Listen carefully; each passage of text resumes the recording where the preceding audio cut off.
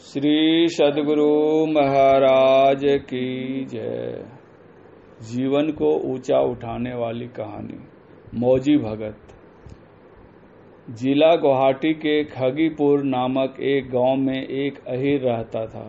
नाम था मन मौजी, था भी मौजी। उसने गांव के जानवरों के चराने का काम पसंद किया। यह कहानी उस समय की है जबकि भारत पर जहांगीरी अमलदारी थी। एक नदी के किनारे मौजी 5 गायें चरा रहा था। वे गायें जमींदारों की थी। रोटी कपड़ा और 2 रुपये माहवारी तनख्वाह पर मौजी काम करता था। न माँ न बाप, परम स्वतंत्र, न पढ़ा न लिखा, परम मौजी। जिस बात को सच मानता, फिर चाहे वह एकदम गलत ही क्यों न हो, चींटा सा चिपट जाता था। सत्य के साथ सारूप्य हो जाने की आदत मौजी में थी, पर सत्य और असत्य का विवेक करने वाली निर्णय शक्ति उसमें न थी, क्योंकि वह सत्संगहीन था। सत्संगहीन सदा मूर्ख रहता है, फिर चाहे वह डबल MA ही क्यों न हो। बात यह है कि संसार में सत्य और असत्य दूध और पानी की तरह मिला दिया गया है। असल और नकल को जानने की शक्ति सत्संग से ही मिलती है। आम के पेड़ के नीचे बैठा मौजी एक भजन गुनगुना रहा था। तब तक वहां आ पहुंचे एक पंडित जी, कंधे पर झोला और मस्तक पर लंबे तिलक। पंडित जी वहां ठहर गए। दोपहर हो रहा था। पंडित जी ने झोले में से धोती निकाली और स्नान किया। इसके बाद पालथी मारकर बैठ गए और दोनों आंखें बंद कर लीं। फिर दाहिने हाथ से नाक दबा ली और बस बड़ी देर तक बैठे रहे। इसके बाद उन्होंने मूंग के 2 लड्डू निकाले और खा पीकर चलने को तैयार हुए। तब मौजी बोला, पाल आगे पिंडी जी महाराज। पंडित, आशीर्वचन। मौजी, आप कहाँ रहते हैं? पंडित, केशमपुर। मौजी, आप इधर जा कहाँ रहे हैं? पंडित, दौलताबाद, वहाँ मेरे चेले लोग रहते हैं। मौजी, रीस न हो तो एक बात पूछूं? पंडित, पूछो। मौजी, अभी आप नाक बंद करके क्या कर रहे थे? पंडित, भगवान का दर्शन कर रहा था। मौजी, ठीक बस। पंडित जी एक तरफ चले गए। मौजी के पास दूसरी धोती न थी। वह नंगा होकर नदी में कूद पड़ा और नहाकर बाहर निकला। उसने धोती पहनी और वह पालथी मारकर बैठ गया। तब उसने आंखें बंद की और फिर नाक भी पकड़ ली, परंतु जब कुछ भी दिखाई न पड़ा तब मौजी ने कहा, पंडित जी को भगवान दिखते थे तो मुझे क्यों नहीं दिखाई देंगे? इतना कहकर उसने नाक और जोर से दबाई। शायद नाक को कम दबाया हो, यह सोचकर, मगर कुछ नहीं। थोड़ी देर बाद मौजी की सांस घुटने लगी।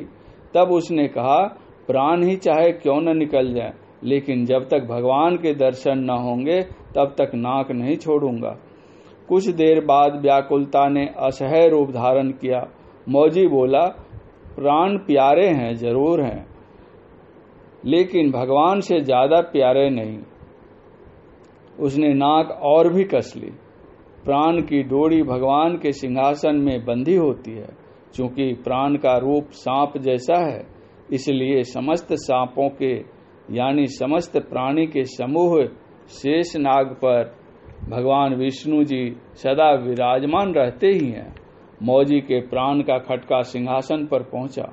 भगवान ने देखा तो एक अहीर का लड़का नाक दबाए जंगल में बैठा है। कारण जो पूछा तो माया ने पंडित जी वाली कहानी समझा दी। लक्ष्मी के नाम से भगवान के पास योग माया सदा हाजिर ही रहती है। भगवान ने सारा माजरा जानकर सोचा कि मौजी की मौत अभी आई नहीं, जो वह मर जाएगा, इसलिए उसे दर्शन देना चाहिए। भगवान ने मौजी के सामने प्रकट होकर कहा, आंखें खोलो, मैं आ गया। आवाज सुनकर मौजी ने आंखें खोली और नाक भी छोड़ दी।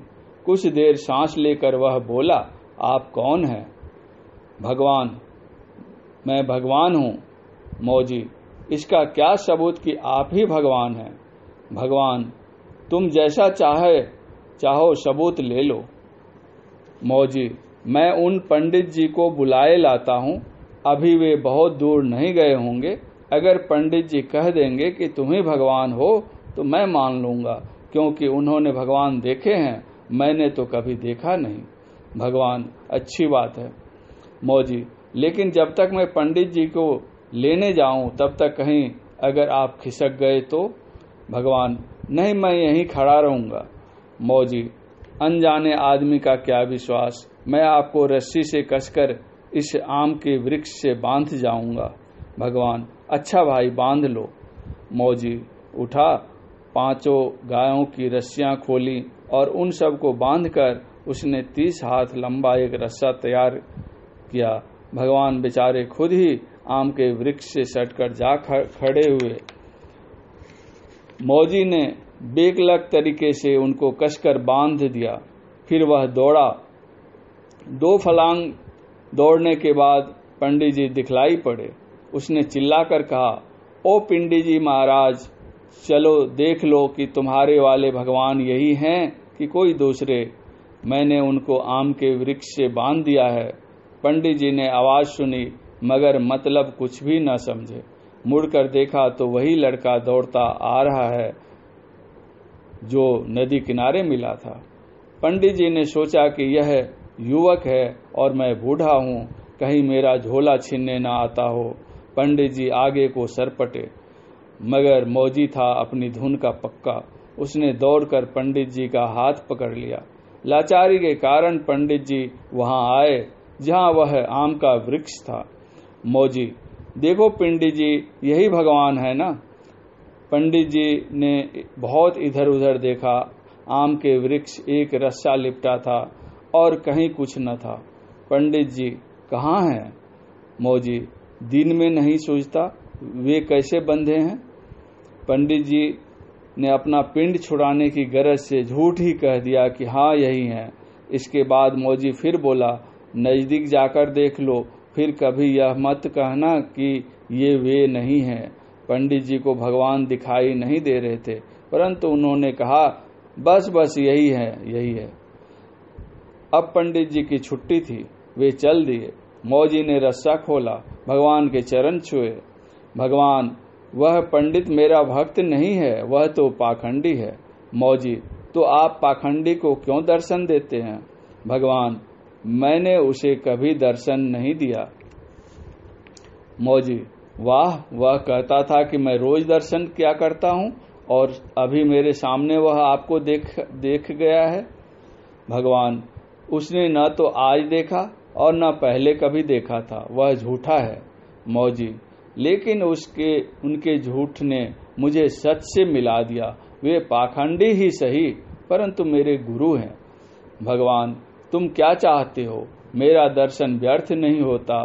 मौजी, मैं यह चाहता हूं कि जब मैं नहाकर आंख बंद क्या करूं तब आपका दर्शन हुआ करे। भगवान, ऐसा ही होगा। मौजी, एक बात आपने अपनी खुशी से दी, एक बात मेरे मांगने से दीजिए। भगवान, मांगो। मौजी, जब पंडित जी नाक बंद क्या करें तब उनको भी दर्शन दिया करें। भगवान, तब तो वह भी सुधर जाएगा, क्योंकि मेरा दर्शन पाने वाले मिथ्याचारी नहीं रह सकते। मौजी, तुम धन्य हो, तुमने अपने गुरु का उद्धार किया और अपना उद्धार किया। गुरु ही चेले का उद्धार क्या करते हैं, पर आज चेले ने गुरु का उद्धार किया। 1 साल बाद वही पंडित जी फिर उसी मार्ग से निकले। मौजी पूर्ववत गायें चढ़ा रहा था। जब दोनों ने दोनों को देखा तब मौजी बोला, गुरुजी प्रणाम। पंडित भी बोलते हैं, गुरुजी प्रणाम। मौजी, आप मेरे गुरु हैं क्योंकि आपने मुझे भगवान से मिलाया। पंडित, आप मेरे गुरु हैं क्योंकि आपने मुझे भगवान से मिलाया। मौजी, मैं अहीर हूं और आप ब्राह्मण हैं। पंडित, आप ही ब्राह्मण हैं और मैं अहीर हूं। मौजी, मैं मूढ़ था, आपने पंडित बनाया। पंडित, मैं पाखंडी था, आपने भक्त बनाया। मौजी, जो हुआ सो हुआ, हम दोनों के गुरु हुए और दोनों के चेला हुए। पंडित, मैंने यजमानी का पेशा छोड़ दिया, तुम भी गाय चराने का पेशा छोड़ दो। मौजी, फिर क्या करोगे? पंडित, द्वार द्वार पर राम नाम का प्रचार करेंगे। तुम बजाया करना खजरी और मैं बजाया करूंगा मजीरा। मौजी, दोनों मिलकर भक्ति के भजन गाया करेंगे। पंडित, हाँ, राम नाम के पवित्र जल में खुद भी नहाया करेंगे और संसार को भी नहलाया करेंगे। मौजी, नाम क्या रखोगे? पंडित, तुम्हारा नाम रहेगा पंडित दास और मेरा नाम रहेगा अहीर दास। मौजी, क्योंकि मेरा गुरु एक पंडित है और आपका एक अहीर है। पंडित, हाँ। गुवाहाटी जिले में 2 साधु घूम घूम कर भजन गाते हुए देखे जाने लगे। जब वे भजन गाते तो स्वयं मस्त हो जाते और सुनने वाले भी मगन हो जाते। भगवान की लीला विचित्र है, भगवान धन्य है और उनके भक्त भी धन्य है। श्री सद्गुरु महाराज की जय।